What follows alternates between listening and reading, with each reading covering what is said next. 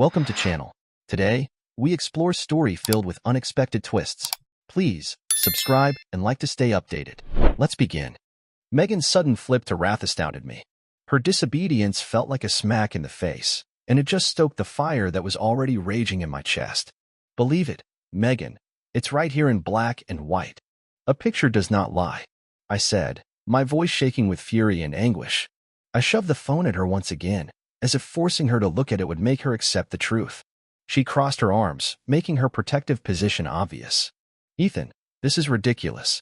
That photo could have been taken at any time, and for all you know, it's completely innocent. Do you think I'd do something like that to you? To us? I scoffed. Innocent?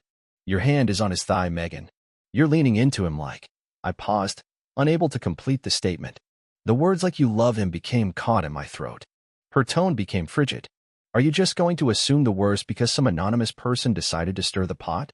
Have you even thought about who sent that message or why? Oh, don't try to turn this around on me. I yelled at you. You think I'm stupid?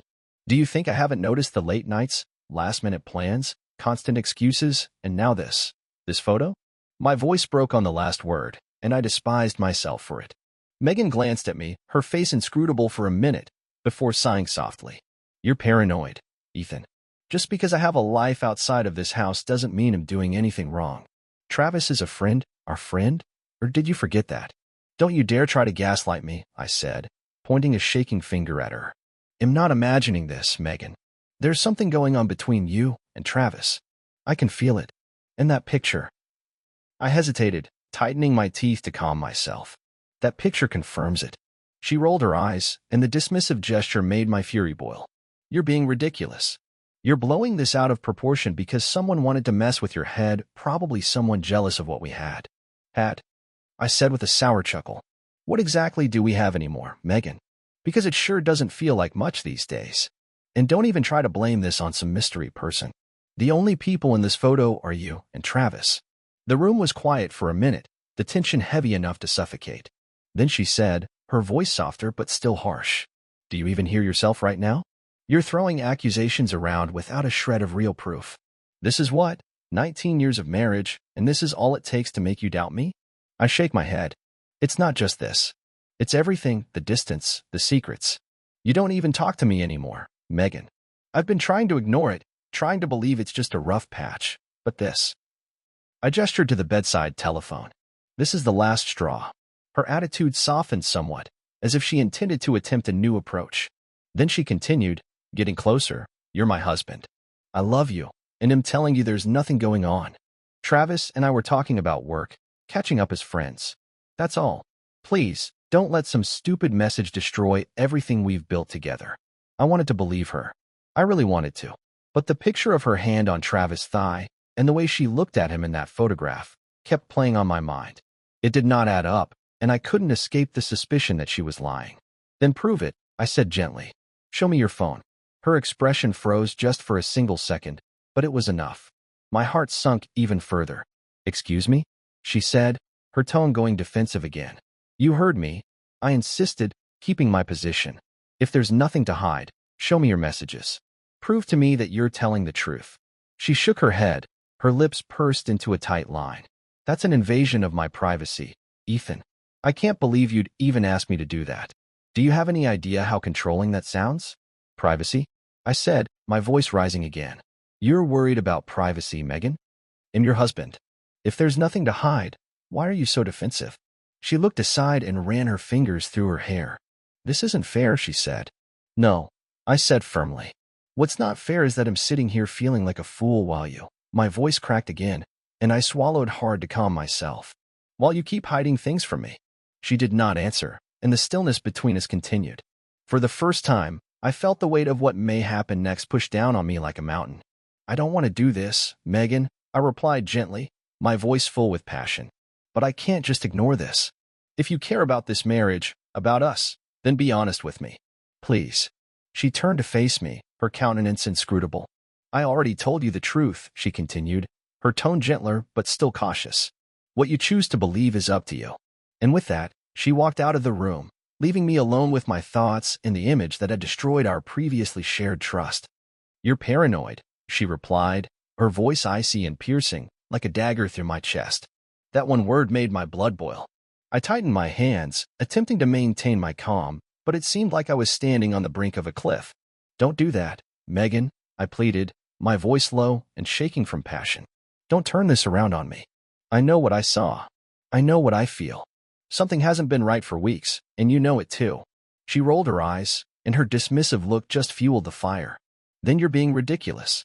You're taking one stupid photo and spinning it into some big conspiracy.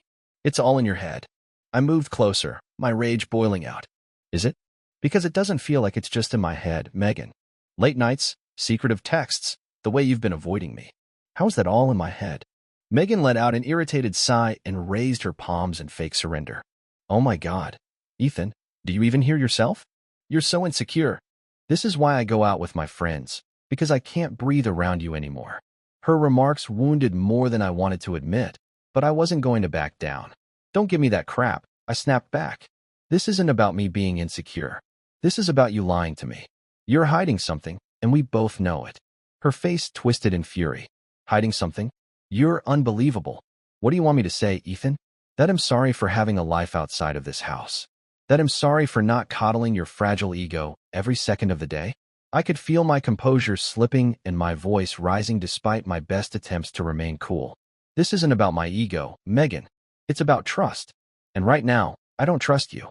She gave a sour chuckle and shook her head. "Trust?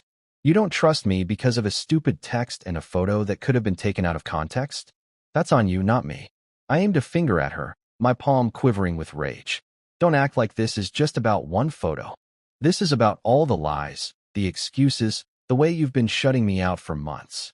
You're acting like I'm crazy, but I know when something's wrong. I know you, Megan. Or at least, I thought I did." Her eyes narrowed, and her voice was full of hatred. "You want to talk about shutting people out, Ethan? Maybe if you weren't so wrapped up in your own little world, you'd have noticed that I've been unhappy for a long time." Her comments struck me like a freight train. I stepped back, astonished. "Unhappy? You've never said anything about being unhappy. Because you don't listen," she said, her voice breaking. "You don't even see me anymore. All you care about is your damn workshop and coming home to dinner on the table. God forbid I want something more out of my life." I gazed at her, my pulse racing in my chest. "So that's it. You've been miserable, and instead of talking to me, you turned to him?" Her eyes flared with rage. "I didn't turn to anyone, Ethan. Travis is a friend. He listens to me, which is more than I can say for you." I laughed harshly, the sound unpleasant even for my own ears. "A friend? Is that what you call sitting in a booth with your hand on his thigh, looking at him like you used to look at me?" She took a step closer, her words seeming almost dangerous. "You're twisting everything, Ethan. You're so desperate to be right that you're willing to destroy our marriage over nothing." "Then prove it," I urged, my voice firm despite the rage burning within me. "Show me your phone. Let me see the messages." Her eyes widened briefly, allowing me to glimpse her terror before she hid it with rage. "You're unbelievable," she said, grasping her phone firmly in one hand. "What's unbelievable is how hard you're fighting to keep me from seeing it," I remarked, approaching closer. "If there's nothing to hide, then why won't you show me?" "Because I don't owe you that," she said, her voice suddenly trembling. "I'm not going to let you invade my privacy just because you've decided to play detective. This is exactly why our marriage is falling apart, because you don't trust me." Her remarks felt like a blow to the face. I gazed at her, my chest heaving, unable to absorb the ridiculousness of what she was saying.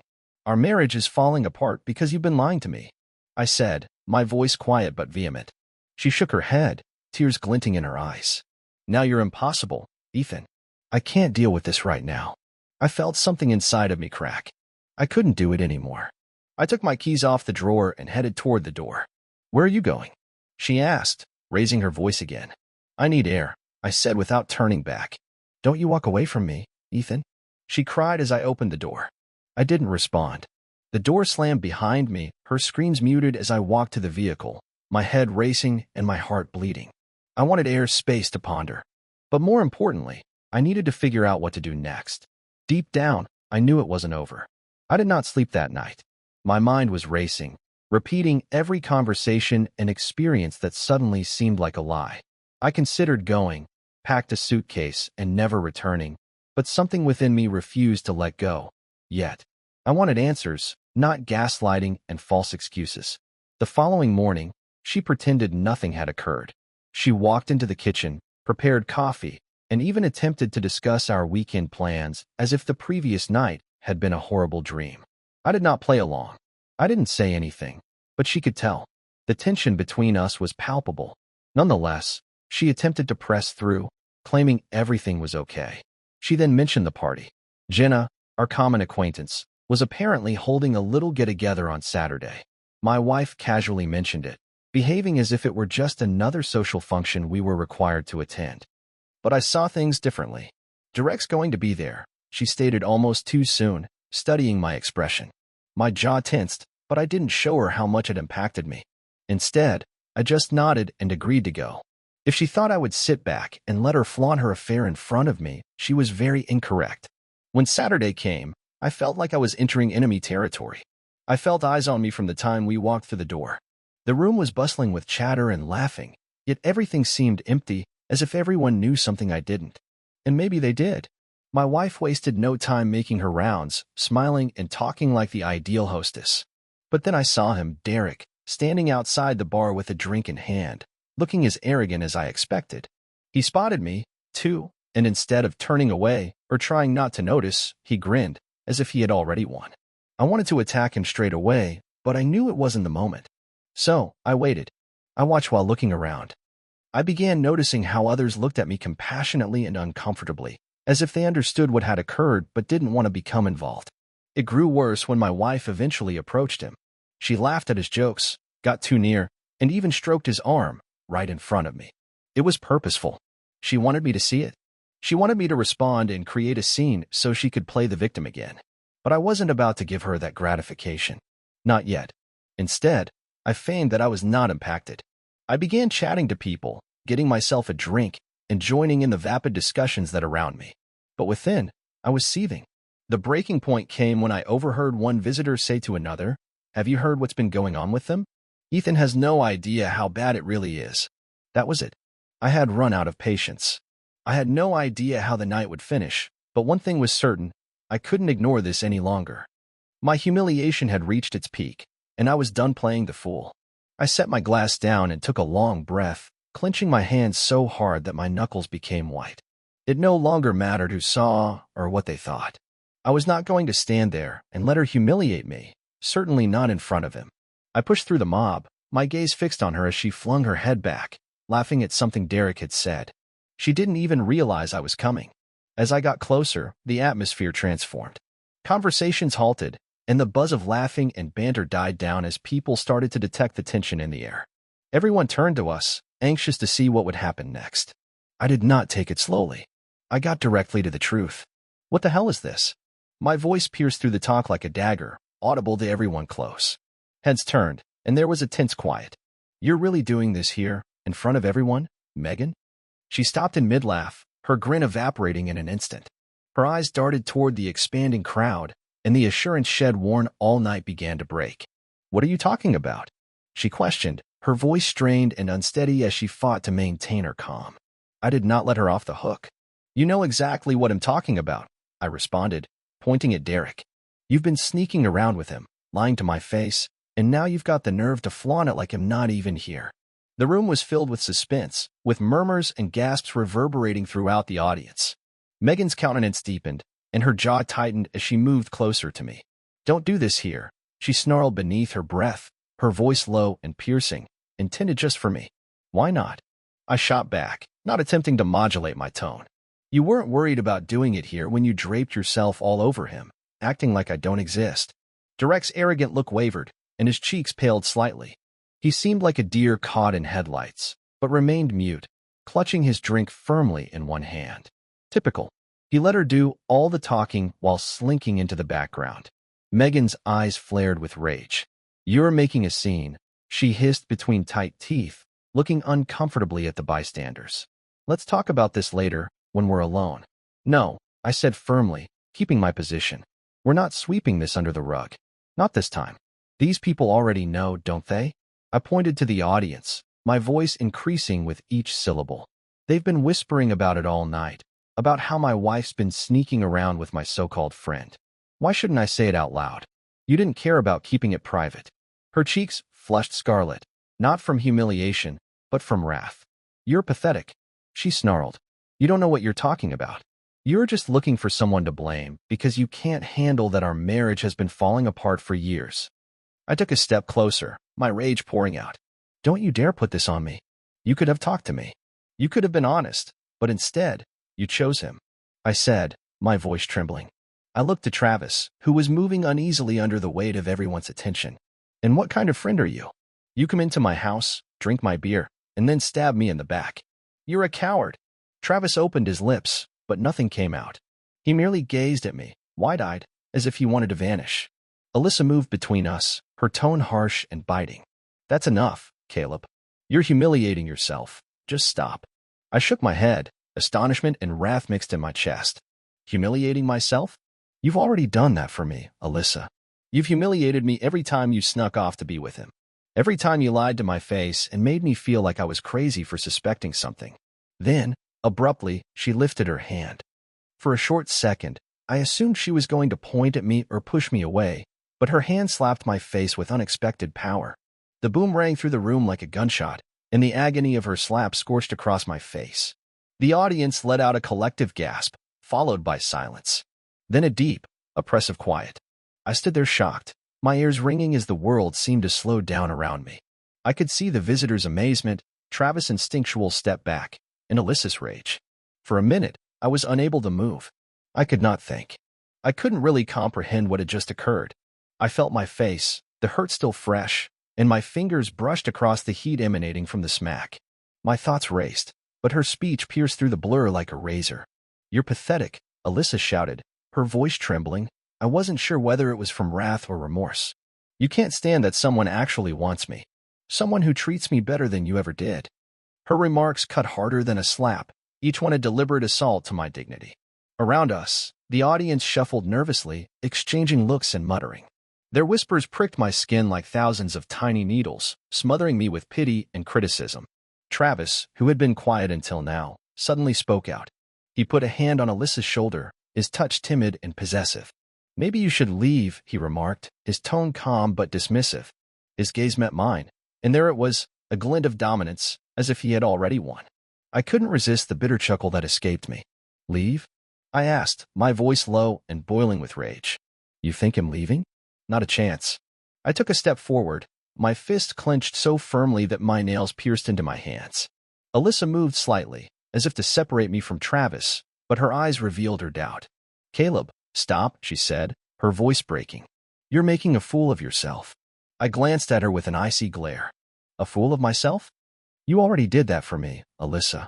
Sneaking around, lying to my face, and now this. I motioned between her and Travis. You two have the nerve to stand here smug and self-righteous, like I'm the problem. Like I'm the one who destroyed this marriage.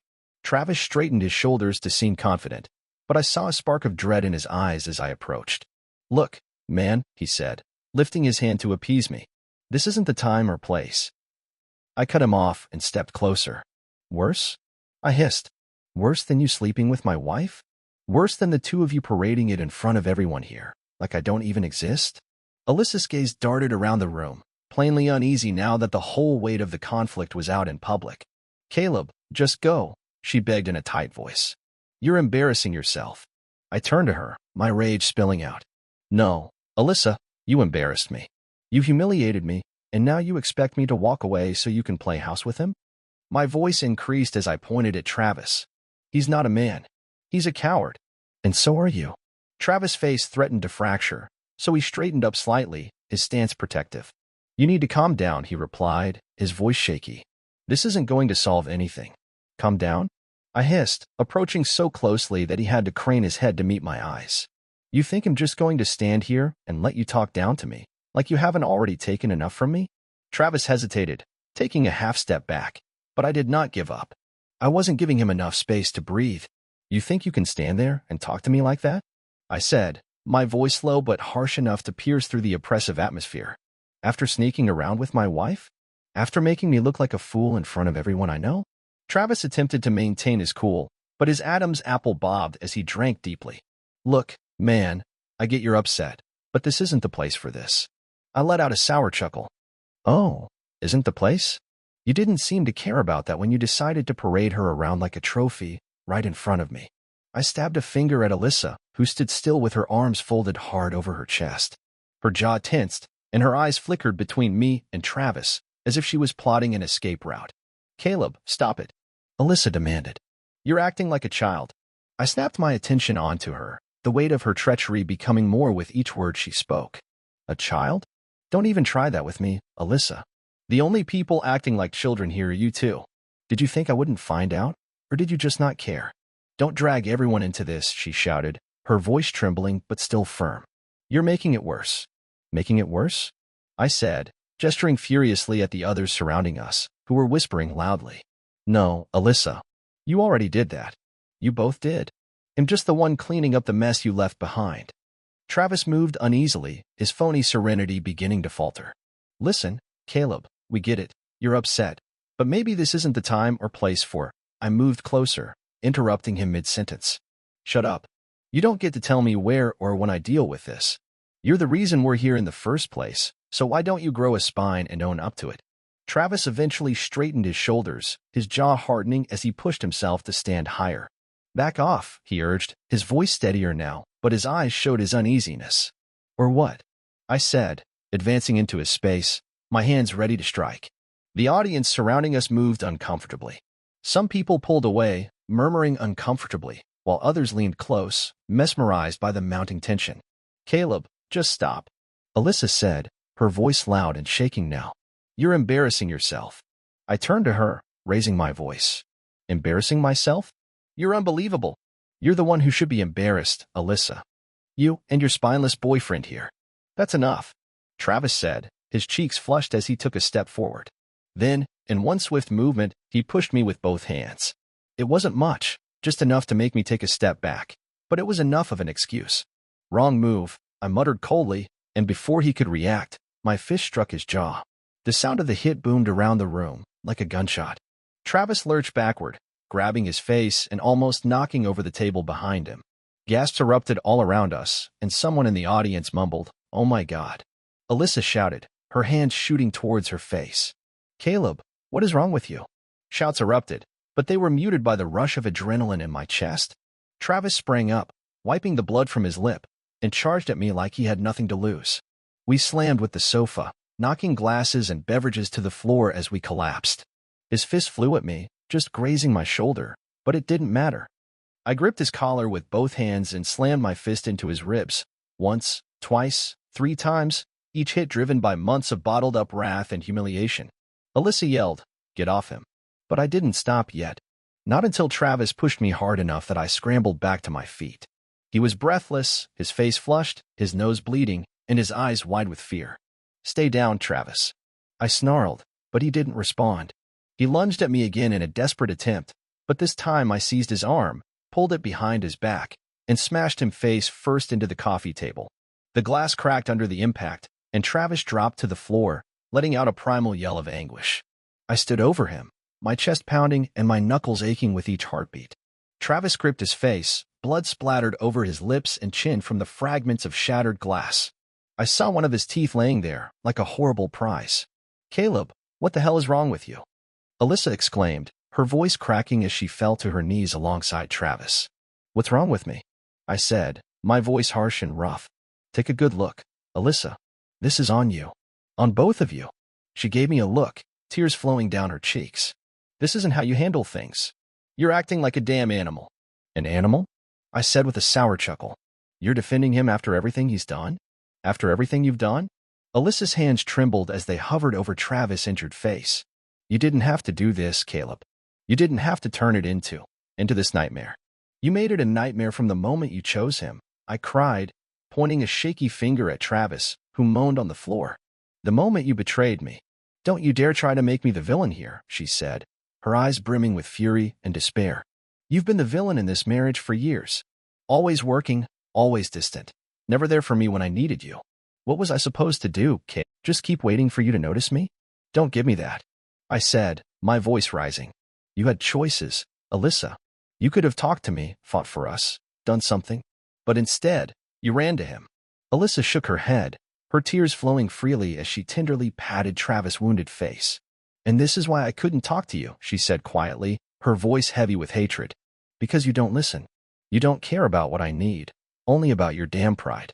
Maybe I stopped caring when you started lying, I said, my voice breaking the silence in the room. She did not react. Her attention switched completely to Travis, and she started crying silently, her hands trembling as she caressed his bleeding face. You're insane. She yelled at me, but I didn't look at her. My gaze was fixed on Travis. You want to humiliate me? You want to treat me like I'm nothing? I said, my voice quivering with wrath. This is what you get. Travis did not answer. He could not. And for the first time that night, I felt in control again. But it wasn't finished yet. Not even close. The stillness that followed seemed more intense than the conflict itself. Travis lay on the floor, blood splattered over his lips and chin, screaming in anguish, as Alyssa knelt by him, desperately attempting to stop the flow. Her hands trembled as she retrieved a napkin off the table and pressed it on his face, but I remained still. I did not flinch. I simply stood there, fists clenched, gazing down at the guy who had ended my marriage and the woman who had allowed it to happen. The throng surrounding us froze. Nobody dared to step in. Nobody attempted to halt what had already happened. They just stood there like statues, wide-eyed, and waited to see what happened next. I could sense their judgment. I could feel their voices creeping over my skin, but I didn't mind. Not anymore. As I made a step closer, my wife raised her head, eyes burning. Haven't you done enough? She said, her voice cracking. Look at him. Look at what you've done. She said. I did not even blink. What I've done? Are you kidding me right now? My voice resonated through the room, severing the tension like a blade. You humiliated me. You slapped me in front of everyone, in front of him. You betrayed me, and now you want to act like I'm the monster here? She opened her lips to answer, but I stopped her. No, you don't get to talk your way out of this. Not this time. I pointed down at Travis, who was still moaning on the floor. This is on you. You brought this into our lives. You lied. You cheated. And now you're crying over him, over this piece of trash. Travis attempted to sit up, wincing in agony. You're insane, man, he said, slurring his words through swollen lips. I rushed at him, and he startled, raising his hands defensively, but I stopped just short, towering over him. You think you're the victim here? I snarled. You think you can sneak around with another man's wife and just walk away like nothing happened? How does it feel now? How does it feel to be exposed? I saw terror in his eyes. The arrogant expression he had previously had vanished, replaced by complete terror. I looked back at my wife, who was still kneeling alongside him, tears streaming down her cheeks. And you, I said, my voice low but forceful. I hope this was worth it. I hope throwing away our marriage, our life, everything we built, was worth this. Her lips twitched, but no words emerged. She simply gazed up at me, wide-eyed and devastated, as if she hadn't expected everything to fall apart so swiftly. I took a step back, scanned the throng, and raised my voice. I know you've all been whispering about this for weeks, probably longer, watching me walk around like an idiot while you all laugh behind my back. My gaze fell on a few familiar faces, individuals I trusted who had obviously known the truth but said nothing. You're just as bad as they are. Several individuals turned aside, ashamed, but no one said out. I started to go, my heart thumping in my chest, but before I could take another step, my wife found her words. Wait, she said, jumping to her feet. Don't do this. Don't just walk away. I paused but did not turn back. Please, she implored, her voice breaking. I made a mistake, okay? I messed up, but we can fix this. We can talk about this. I whirled so rapidly that she flinched. Fix this?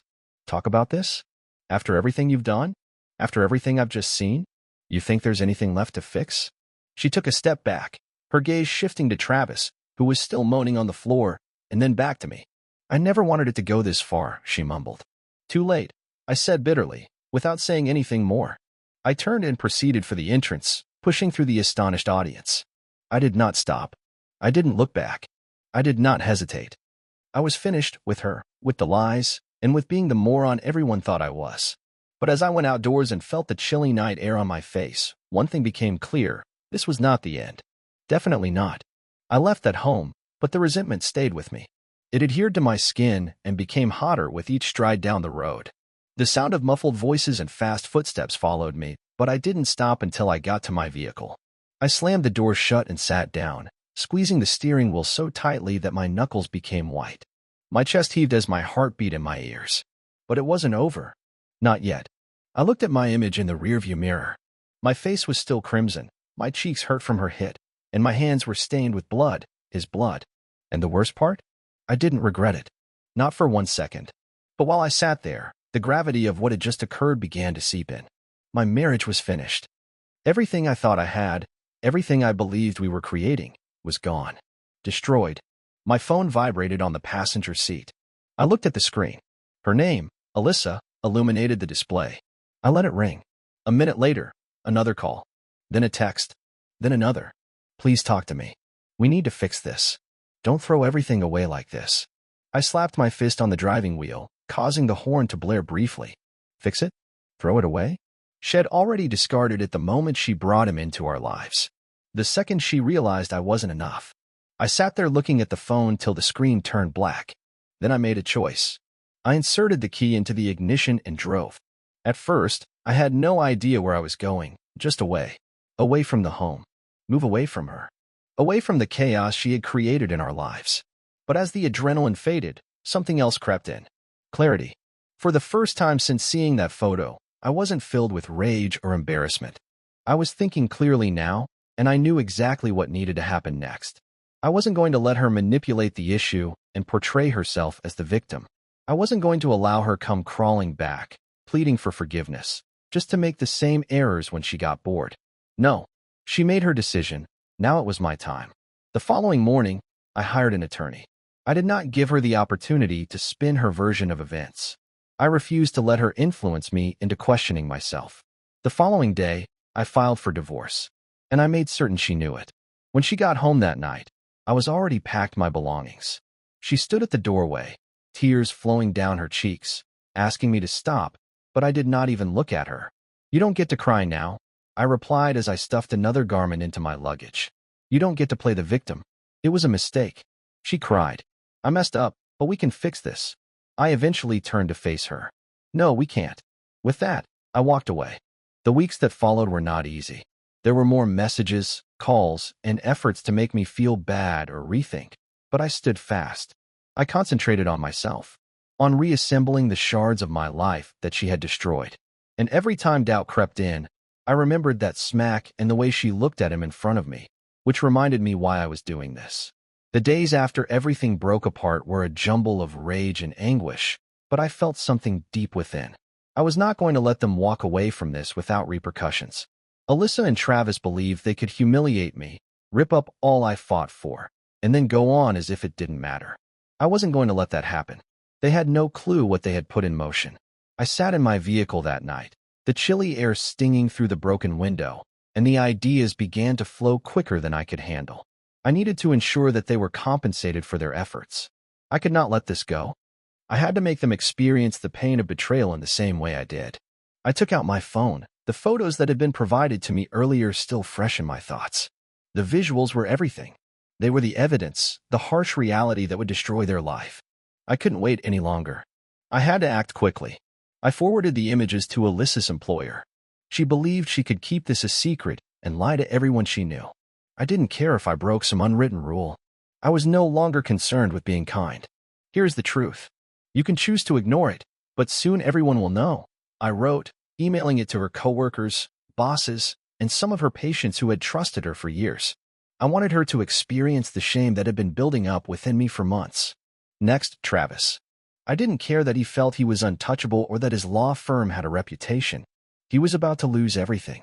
I forwarded the images to his company, directly to his managing partner and coworkers. The truth has a way of coming to light, I once said. This is just the beginning. It wasn't just about the photos anymore.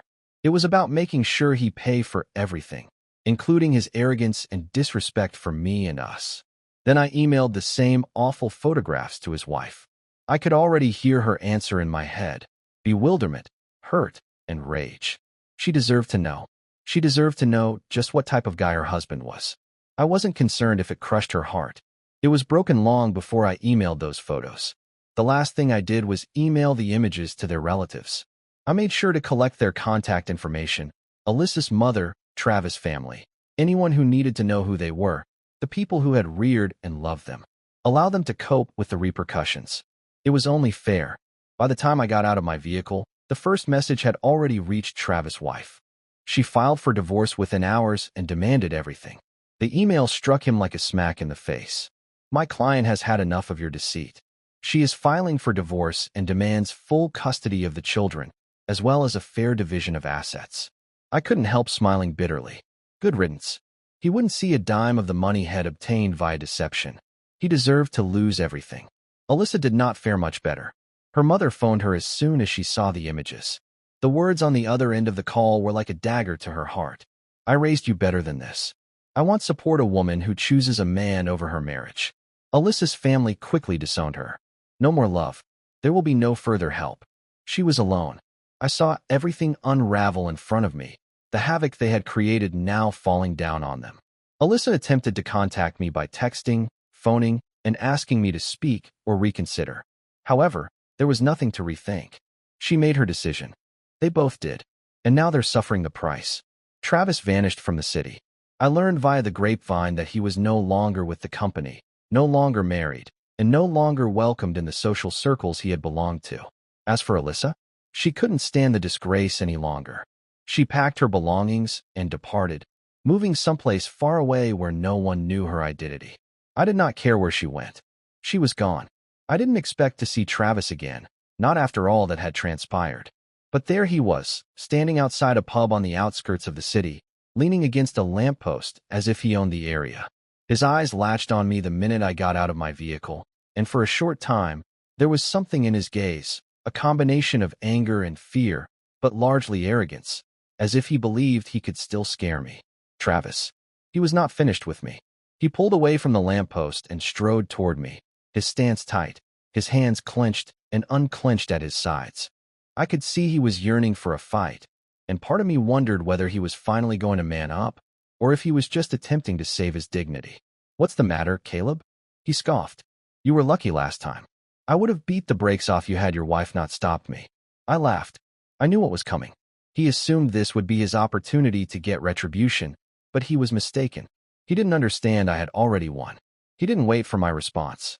His right hand flew at my face, a careless strike that I evaded before it even reached halfway. I saw fury and despair in his eyes, yet he remained sloppy and unpolished. He hadn't learned anything from our last experience. I reacted quickly, going to the side and grabbing his arm. He attempted to pull away, but I twisted it behind his back and slammed him against the tavern's brick wall. He gasped as the blow knocked the wind out of him, but I didn't allow him time to recover. I pressed my knee hard into his ribs, and I heard the awful crunch of his bones giving apart. He moaned in agony as he tried to push himself off the wall, but I was too quick. I grabbed his collar and smashed his head back on the brick with a painful thump. He whimpered, his hands swinging, attempting to get free, but it was ineffective. He was already gasping for oxygen, and I wasn't about to let him go. You really think you can take me on again? I said, my voice low and almost mocking. He didn't respond. He was too preoccupied with orienting himself to see the fright in his eyes and the anxiety crawling up his spine. He realized he was once again outmatched. Travis, the once confident lawyer, was not the person he thought he was.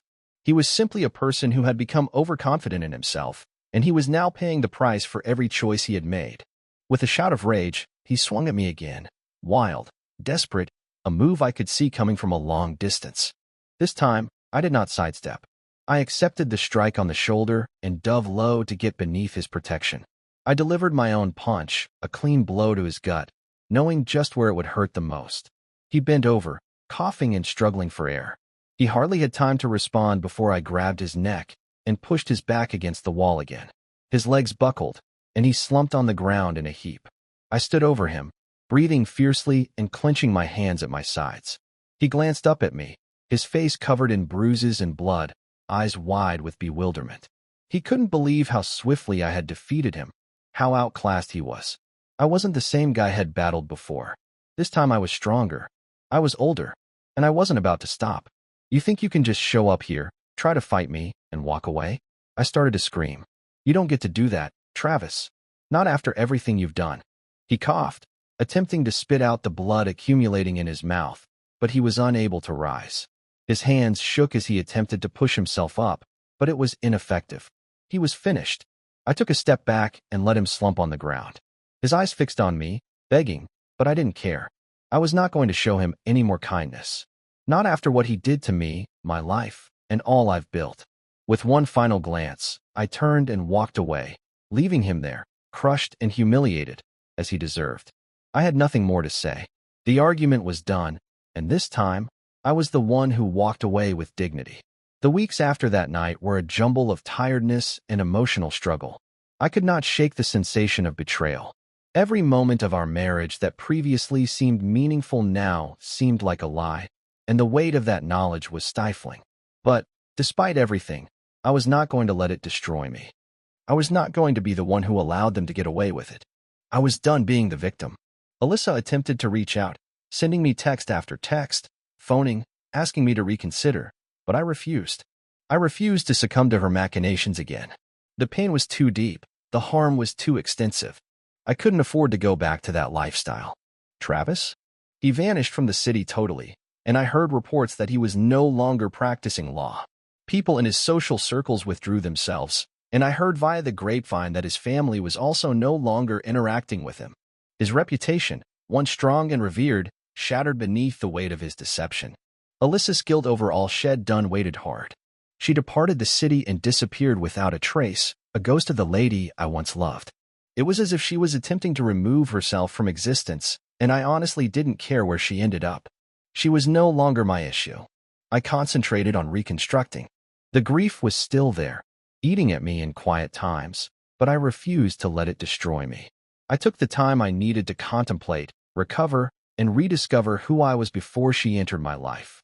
Slowly, the parts of myself started to come back together, and for the first time in months, I felt complete. It wasn't easy, but I knew one thing. I wasn't the same guy who had allowed himself to be misled, deceived, and destroyed.